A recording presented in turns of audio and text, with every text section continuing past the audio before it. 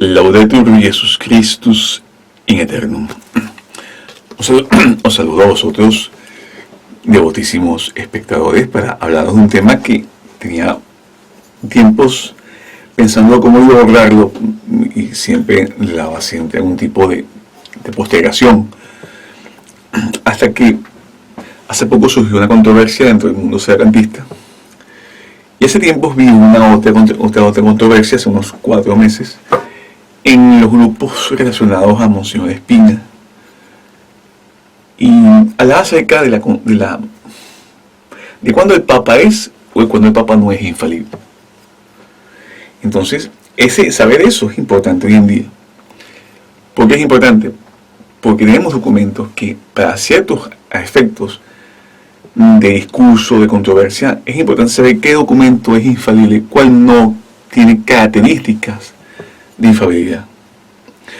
Entonces, nosotros no somos los teólogos. Y los teólogos que existen hoy en día, que deben existir, pues existen obispos con misión, o menos tuvieron ya misión por parte del Papa Pío XII.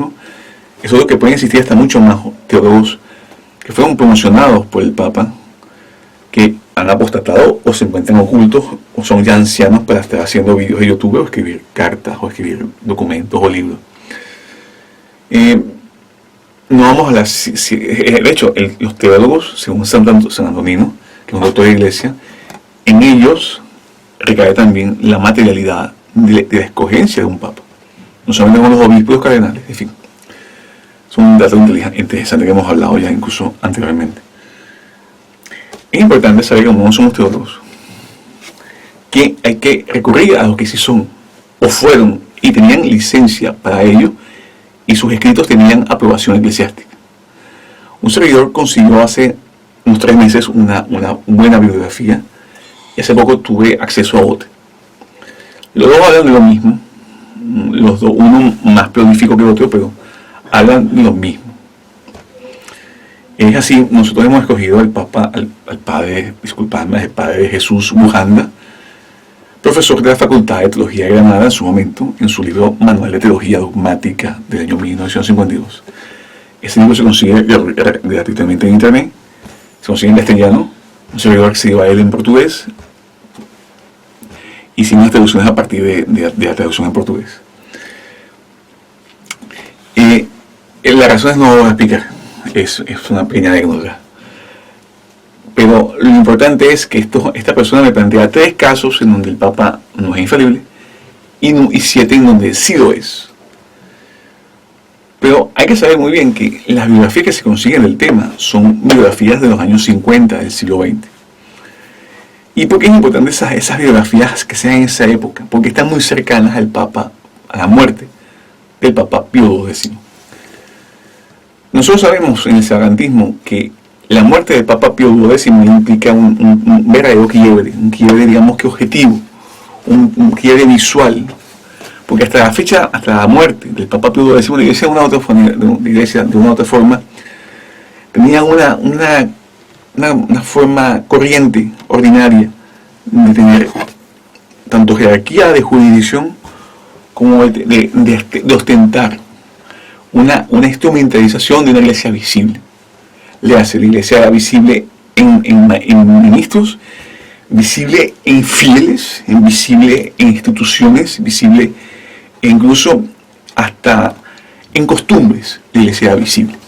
Y obviamente la iglesia, objetivamente hablando, en escrito, mayoritariamente y corrientemente era visible. La iglesia tenía una fe romana, católica, ortodoxa. Le hace de recta doctrina. A partir de la muerte del Papa Pío X suceden otras cosas que no venimos a hablar.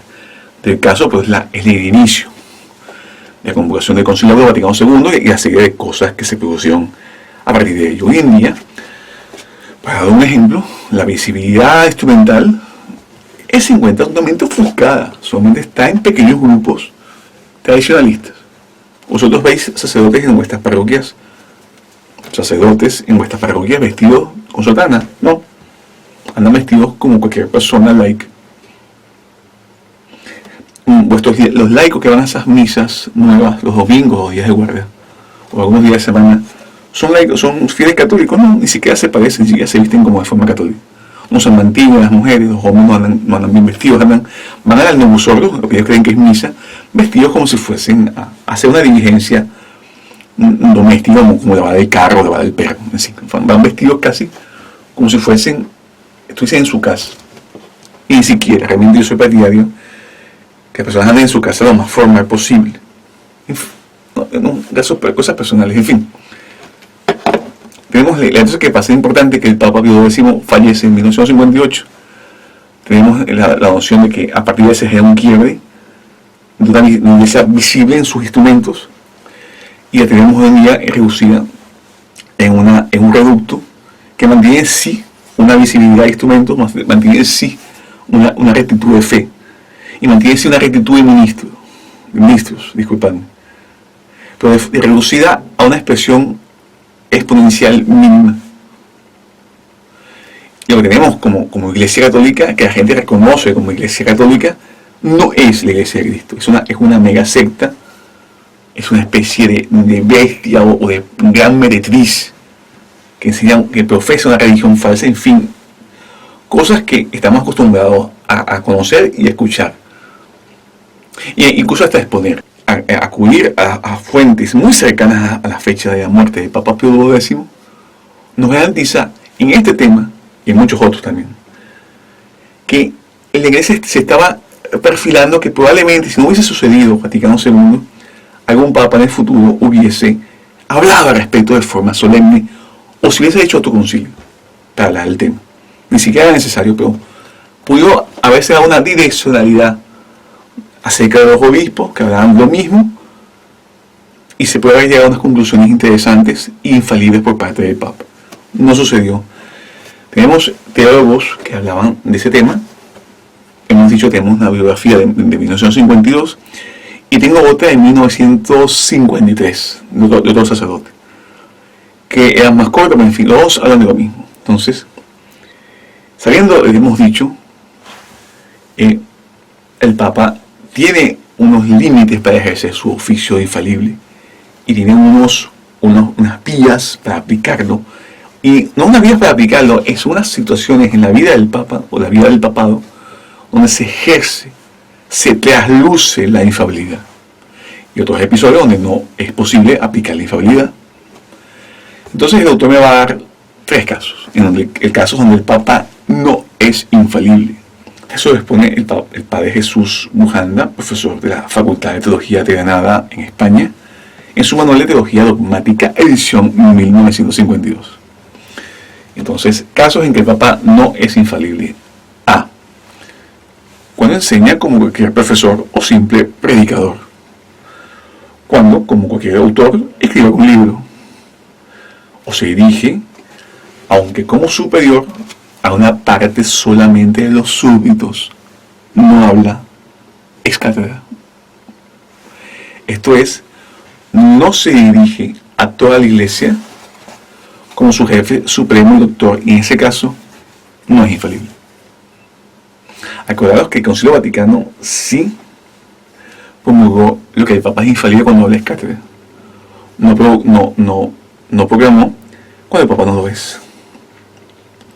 Entonces, una de las diatribas que se planteaba por parte de un sacerdote que hemos hablado al principio, es que el Papa cuando se presenta de forma pública a hablar en nociones de religión y de fe moral, siempre será infalible.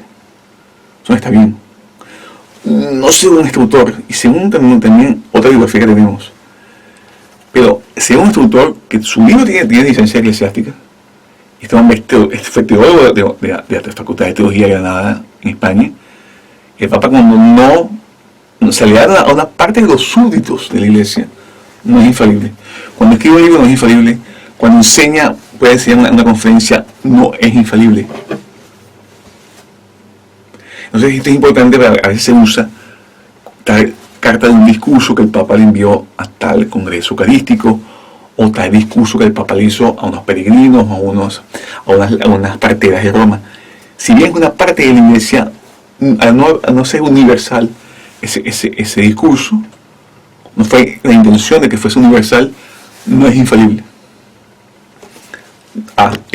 renglón B, a tratar de ciencias naturales o de asuntos extraños a la fe y costumbres moral, también no es infalible, por no estar eso dentro de su munus divino, de su magisterio divino. Esto es más fácil de entender, la gente lo tiene más claro, cuando el Papa habla de cosas ajenas, extrañas a la fe. Entonces, el Papa no tiene ese mundo divino, esa asistencia divina de su oficio de Papa. Renglón C. Aunque trate de asuntos concernientes a las costumbres, a la fe, a la moral, si no pretende resolver definitivamente la cuestión ni proponer doctrina definitiva, a su palabra revestida sin duda de gran autoridad, no es infalible, por no usar de su autoridad suprema, la cual está únicamente vinculada a la infalibilidad. Entonces el Papa, cuando quiere hablar de temas de costumbres, pero no tiene intención de resolver, no es infalible. Si el Papa tuviésemos un Papa católico en estos momentos, y en un avión, como hace Bergoglio, que hacen preguntas, eso se pone a hablar de moral, el Papa no es infalible. Si no tiene intención de hacerlo, o no tiene intención de resolver definitivamente esa cuestión de moral, de costumbres. Pero también hay una cosa que este autor no sostiene, no maneja por asuntos de distancias tecnológicas. Antiguamente, si en los años 50 existía una gran capacidad del hombre postmoderno de publicar libros, de publicar prensa, existía la televisión, existía la radio, existían ya los vuelos internacionales, casi de forma, no tanto como en los 60, pero necesitaba iniciar ese tráfico humano aéreo masivo. Lo real es que como hace 20 años para acá, no existe, un poco más, de repente a finales de los años 90, o sea, a partir de 25 años para acá, la noción de masificación de un discurso, o sea, por vía digital, de texto, y hoy en día, ya hace 15 años para acá, de vídeo, no tiene precedentes en la historia humana. Por eso que si un Papa hoy en día católico se pusiese a hablar de temas de fe moral en un avión, probablemente él tiene en conciencia que su discurso va a ser escuchado por gran parte de la cristiandad, de lo que queda, de lo que existe, hipotéticamente hablando. Pero objetivamente hablando, aún así, que el Papa esté en un avión hoy en día, si tuviésemos un Papa católico, o pero tuviésemos un Papa legítimo, mejor dicho, porque el Papa tiene que ser católico, lo contrario no es Papa. Entonces, si tuviésemos un Papa legítimo y se pusiese a hablar en temas de moral en un avión, con periodistas internacionales, con acceso a internet, etc., si no pretende con su autoridad definir algo inmoral, no es infalible. Entonces esa frase infeliz de Jorge Mario Bergoglio, conocido como Francisco, reclamando el trono, que dijo que venía a él para juzgar a los sodomitas, la frase es infeliz. Él sí puede juzgar, es el supremo legislador en teoría. El Papa es no solamente el supremo legislador en materia de fe, sino también a nivel jurídico. El Papa posee la espada doble filo, la espada jurídica y la espada de la religión, la espada temporal y la espada de lo trascendente. En esta tierra puede juzgar lo que es trascendente, o sea, lo que tiene que ver con entre Dios y el hombre, los papas lo puede juzgar, y entre los hombres el Papa también lo puede juzgar. Es el supremo legislador. Entonces, él pudiese juzgar acerca de la vida sodomítica. A nivel de moral puede ser. Que en el avión él no pretendiese definir el tema, otra historia. Pero el Papa sí puede juzgar en materia de fe moral. Es dogma de fe. Más adelante hablaremos de ello, que eso lo establece el Concilio Vaticano de 1869 a 1870. Entonces, a continuación vamos a hablar de 7 puntos, que es cuando el Papa sí es infalible. El autor, el Padre Jesús Bujanda, nos va a decir, nos va a dar 2 pilares, nos va a dar dos estructuras de discurso, para garantizarnos qué tiene que ocurrir para que el Papa use su infalibilidad en un concepto determinado. El Papa es infalible cuando propone la doctrina revelada por Dios a la Iglesia y cuando se exige para que esa doctrina pueda ser fiel y enteramente guardada. Entonces, tiene que haber una noción para que el Papa sea infalible, de que esa doctrina propuesta por el Papa es revelada por Dios a la Iglesia. Y otra, de que esa doctrina que el Papa ha revelado, ha definido, sea fiel y enteramente guardada por la Iglesia. Entonces va a decir el autor, va a continuar el autor. Es infalible, por consiguiente, son estos casos. Renglón A. Cuando enseña que determinada doctrina fue revelada por Dios a la Iglesia, por ejemplo, la Inmaculada Concepción de Nuestra Señora. Si es infalible, tiene que ser en este caso, pues está determinando la doctrina de Cristo, la revelación de Dios hecha a los hombres. Entonces, el Papa ha decidido en un renglón de la historia de la Iglesia, de la revelación de Dios hecho a los hombres, hacia la Iglesia, un determinado punto distinguiendo un determinado punto, diciendo que esa enseñanza de Jesucristo que Dios reveló a los hombres a la Iglesia, como en el caso de la Inmaculada Concepción. Número B, o renglón B, mejor dicho. Cuando define verdades sin las cuales es imposible mantener el dogma, todavía que sean verdades de orden natural. Por ejemplo, que el hombre es capaz de atingir sin error certezas suprasensibles. Razón, en caso contrario, el Papa también no podría enseñar infaliblemente la doctrina revelada, que presupone en el hombre la certeza de muchos conocimientos naturales. Es así, el dogma debe ser, la infalibilidad del Papa hace que el dogma pueda ser mantenido, y este se extiende o se puede extender a las cosas temporales o dentro del orden natural, siempre cuando estas verdades naturales fueran predispuestas por Dios en su revelación. O sea, lo que está predispuesto en la ley divina, natural. Una doctrina revelada que el hombre es capaz de conocimiento natural. Aparece en la Sagrada Revelación. O sea, el hombre, antes de la revelación, o sea, el hombre puede acceder a la revelación, al conocimiento natural.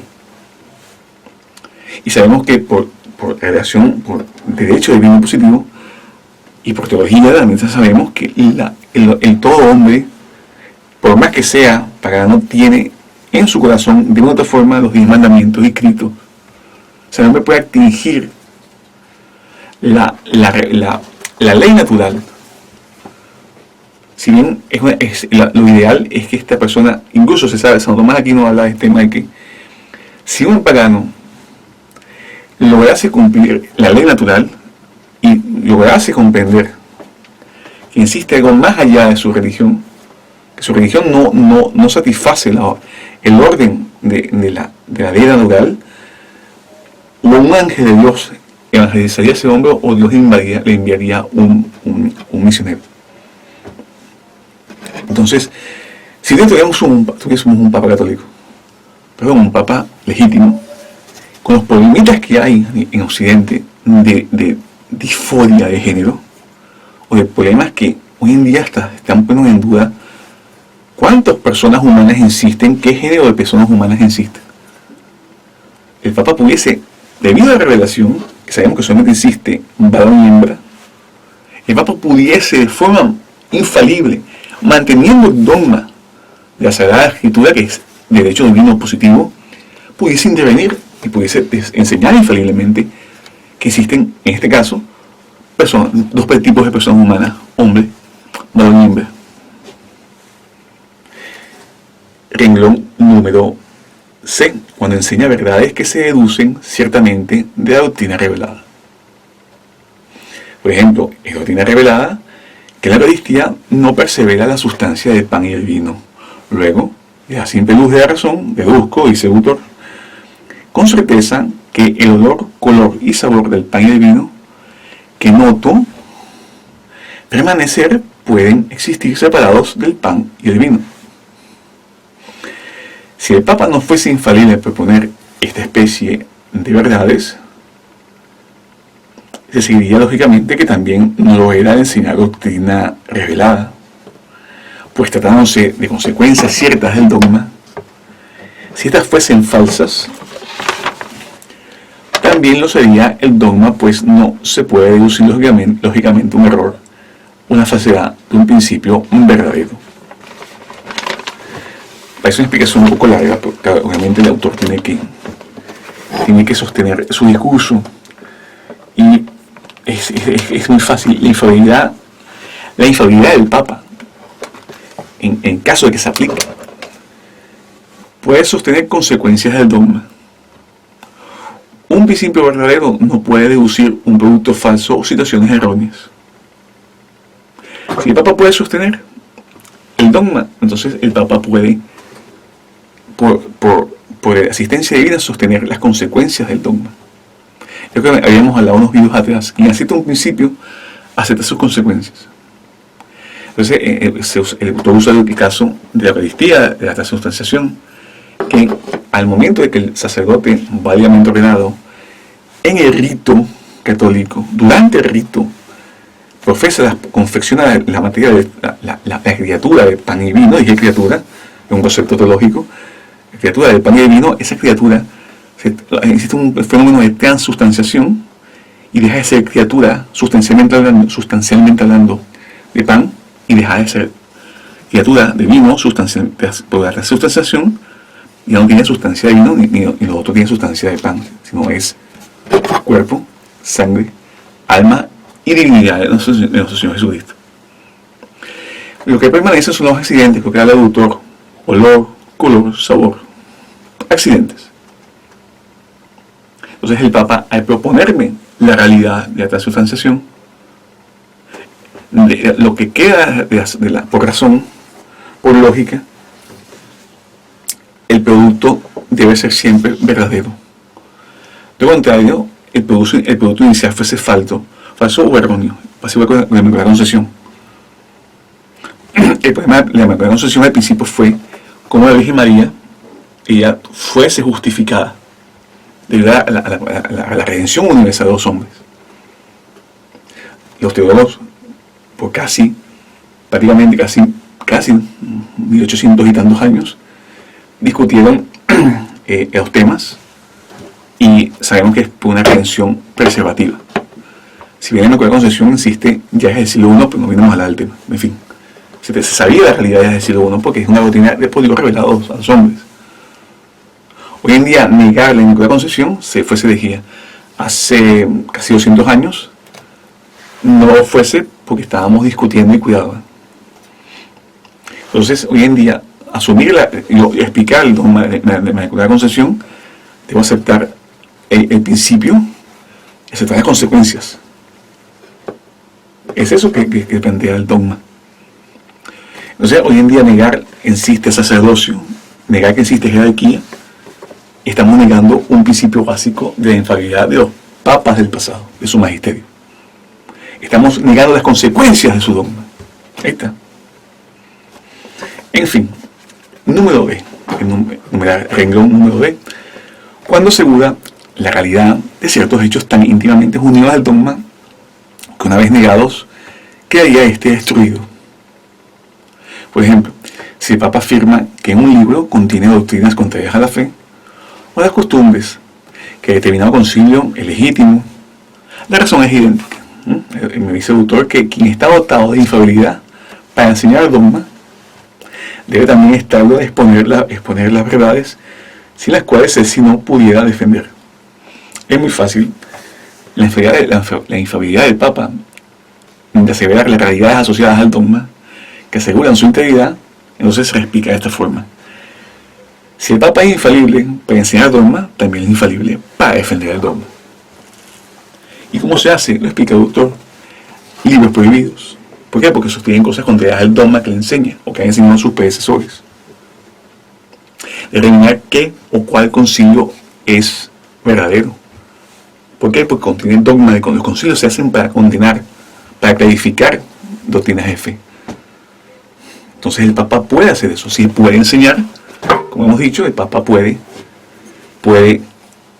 defender, ¿verdad? Para garantizar la integridad del dogma.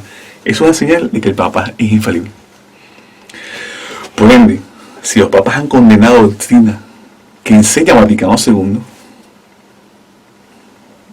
nosotros estamos en contra del dogma. O sea, quien profesa Vaticano II en estos momentos el juego de la crisis eclesiológica es un hereje. ¿Por qué es un hereje? Santo Tomás de Aquino, no tengo a la mano donde lo dice, pero Santo Tomás de Aquino dice que quien sostiene doctrinas heréticas ya condenadas por la Iglesia tiene ese vicio, se le puede considerar hereje sin ser condenado objetivamente. En fin. Entonces, renglón número B, cuando dichas normas generales para toda la Iglesia es infalible, por lo menos en discernir que nada envuelve contrario a la fe, a las costumbres. Si no fuese así, pudiese enseñar doctrina contraria a la de Cristo y por consiguiente dejar de ser base de la Iglesia, para transformarse en principio de destrucción. Entonces, el Papa es infalible cuando dicta normas para toda la Iglesia. Este es uno de los puntos más importantes. Todos son importantes, pero este es clave.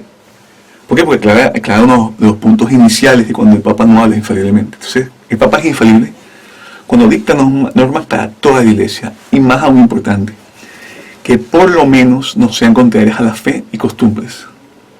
O sea, que por lo menos, cuando el Papa habla de forma genérica a toda la Iglesia, cuando habla acerca de cuestiones que no sean en contra de la fe moral, el Papa es infalible. Por ejemplo, en la Constitución Apostólica, creo que es Constitución Apostólica, Vacantis Apostolici Sedis, de Papa Pío XII, de que trata de cómo la Iglesia debe comportarse en un intervenio. Sí, es una norma para toda la Iglesia. Pero el autor me va a decir algo que es interesante, por lo menos que no se contrarias a la fe y costumbres. Es cierto, hay cosas administrativas en la Constitución Apostólica Vacantis Apostolici Sedis. También tenemos dogmas de fe, como en Vaticano, el Concilio Vaticano de 1869 a 1870, que nos explica en la Constitución Pastor Eternos, que siempre hablan eternos sucesores del trono petrino. Eso es dogma de fe. Una constitución de un papa da a toda la Iglesia cuando no, en normas que no sean contrarias a la fe y costumbres, como un dogma de que siempre hayan papas, pueden decir siempre hayan electores. Entonces el papa en esa área no es infalible. Puede ser infalible en otras áreas, pero en la área que se introduce en dogmas que están encima o que están alrededor de ese renglón, de ese vacante, el Papa no puede, por lo menos ese documento papal, no puede sellar un dogma que garantiza la eterna sucesión de sumos pontífices en la Iglesia hasta la parucía, que es la venida de nuestro Señor Jesucristo. Entonces es importante saber esto. Es infalible cuando se habla en toda la Iglesia, cuando esas normas en fe y moral sean para toda la Iglesia. Y por lo menos no sean contrarias. Si es contrario, no es infalible. No que sea herético, no es infalible. ¿Qué significa eso? Que cuando estábamos en los años 58, en 1958, en la muerte del Papa Pío X, la Iglesia tenía todas las posibilidades instrumentales de tener un Papa católico, pero un Papa legítimo. Pero sucedieron una serie de cosas que no vienen al caso. Y hemos tenido, con una constitución legítima, que es Vacantis Apostolici Sedis, se eligió un masón. Es en el que fue electo el cardenal Siri, y este apasionado tuvo que renunciar, así se cree que pudo haber renunciado, que se quedó la tesis del Papa Rojo, en fin. Y se escogió aparentemente se escogió a Roncalli y asumió el nombre de Juan XXIII, o Juan XXIII. Entonces, continuando el tema, si el Papa no fuese infalible cuando habla toda la Iglesia, por lo menos en materias que no sean contrarias a la fe moral, se plantearía el catecismo del Papa herético. Dejaría de ser base de la Iglesia y se transformaría en un principio de destrucción que estamos viendo desde la muerte del Papa Pío X. Todos estos tipos, todas sus reformas, todos los fieles que ellos han creado, son principios de destrucción. El Papa San Pío X en la encíclica Pascendi nos habla de eso. el eje modernista moderado es un modernista integral. Y sus enseñanzas no están hechas para edificar, sino para destruir. No están hechas para crear nuevos católicos, sino para llevarlos a la herejía. Incluso para destruir cualquier religión. Por su principio inmanentista, disculpadme, que implica un principio lógico del gnóstico, principio gnóstico. Entonces, el Papa es importante este punto. Si no sabemos este punto, estamos siempre a la merced de posiciones teológicas que no son principios de construcción, sino de destrucción de la Iglesia. El Papa, si bien habla a toda la Iglesia, sí, es un principio necesario. Eso es señal de la infalibilidad. Pero que por lo menos no sea contraria a la fe moral. No obstaculice otros dogmas que están garantizados incluso con anatema, con condenaciones de anatema, como tener perpetuos sucesores, como que el episcopado es de derecho divino.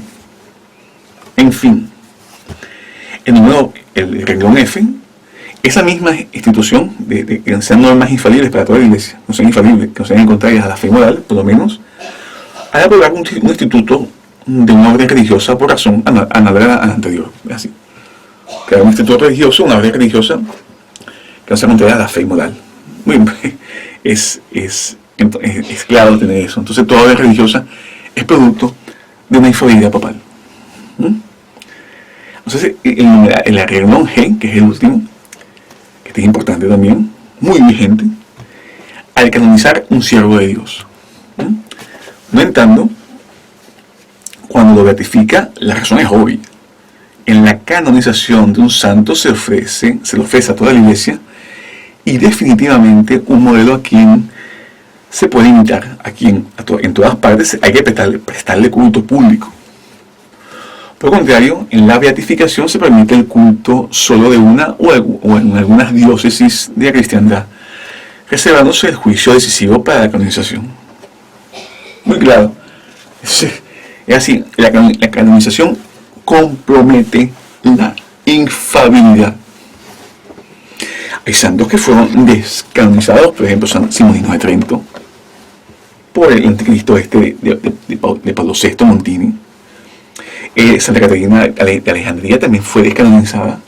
Eso es imposible, no según este autor, porque porque se ofrece a toda la Iglesia que unas condiciones para que el Papa sea infalible, que esa normativa sea universal, y aparte que ya es definitiva, o sea, no se puede reformar.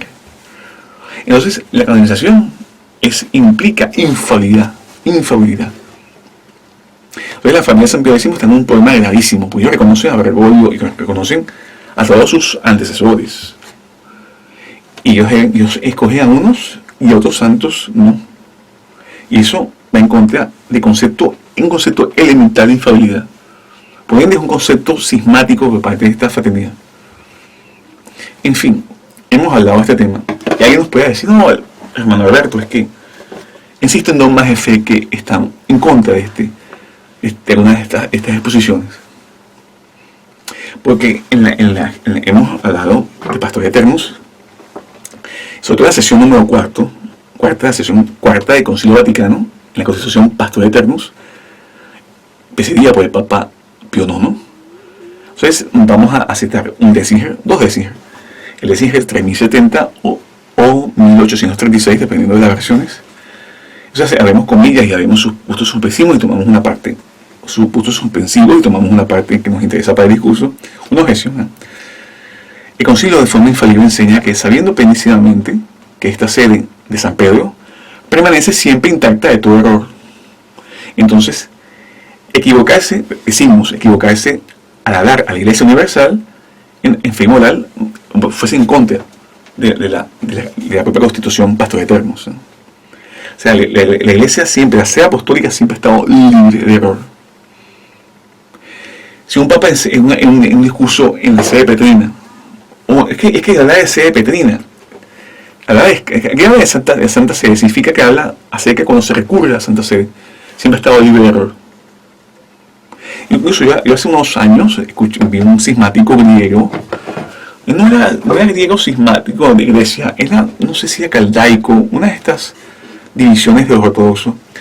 Él decía que él reconocía en la cátedra de Pedro una instancia superior a nivel de discernir temas que en las iglesias locales no se pudiesen solucionar. A pesar de que los tipos son cismáticos, ellos reconocían, por lo menos esta facción ortodoxa, le daba a la sede petina la capacidad de ser una especie de corte suprema.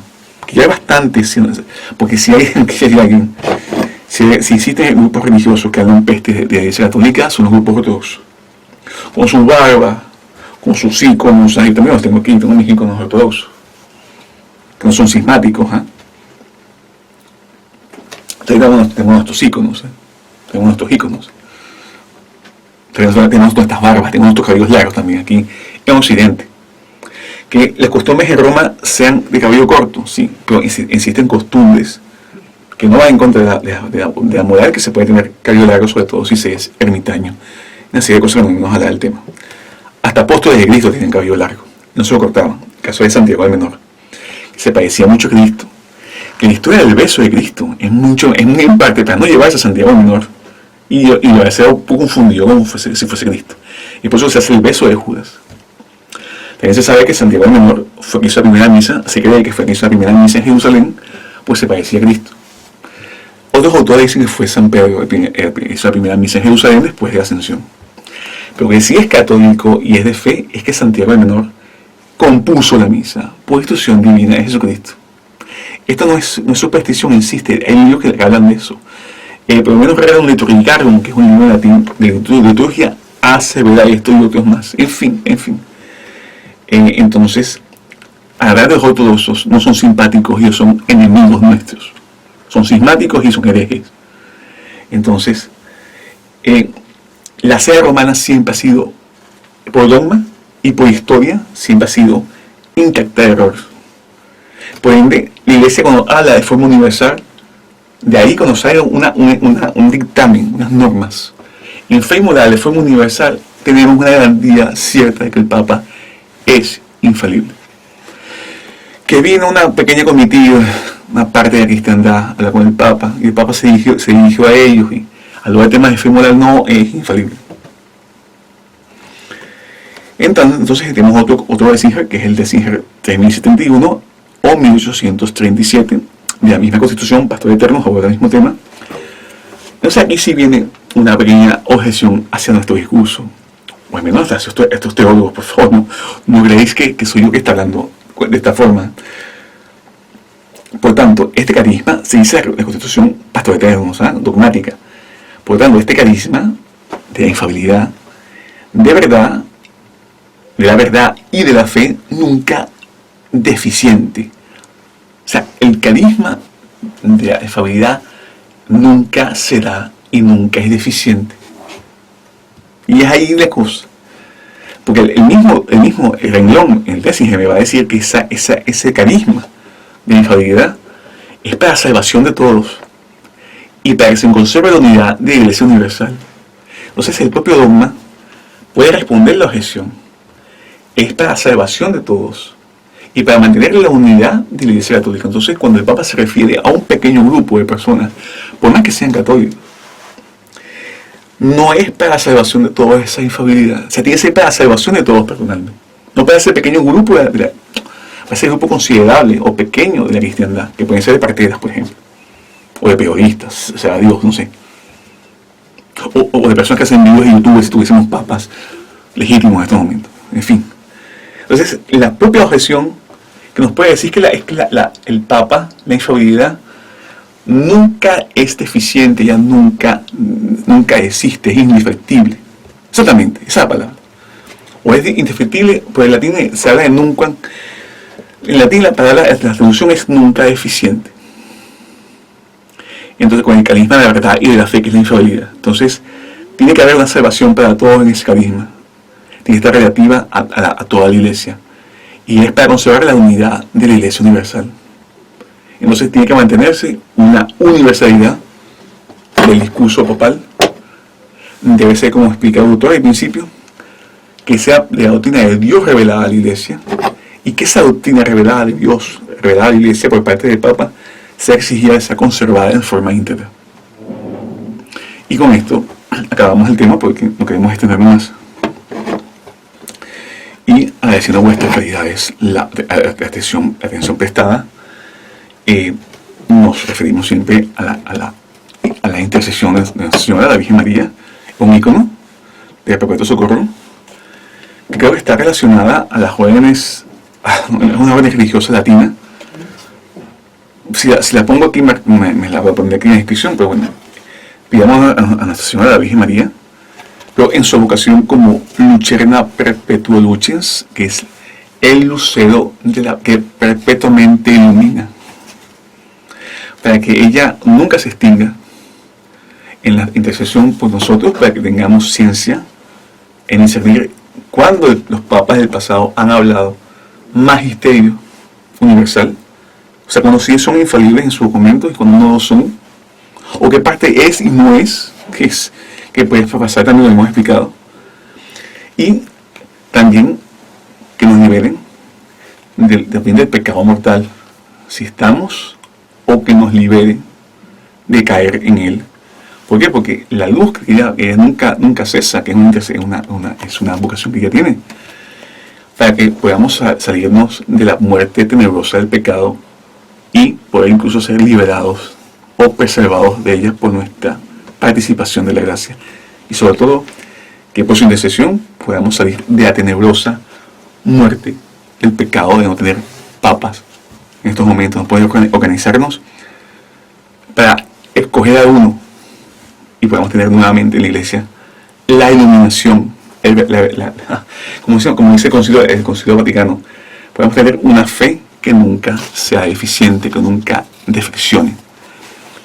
Jugador me benedicere, adesso c'è in cibo, super non per tu che non sex angelorum. Amen.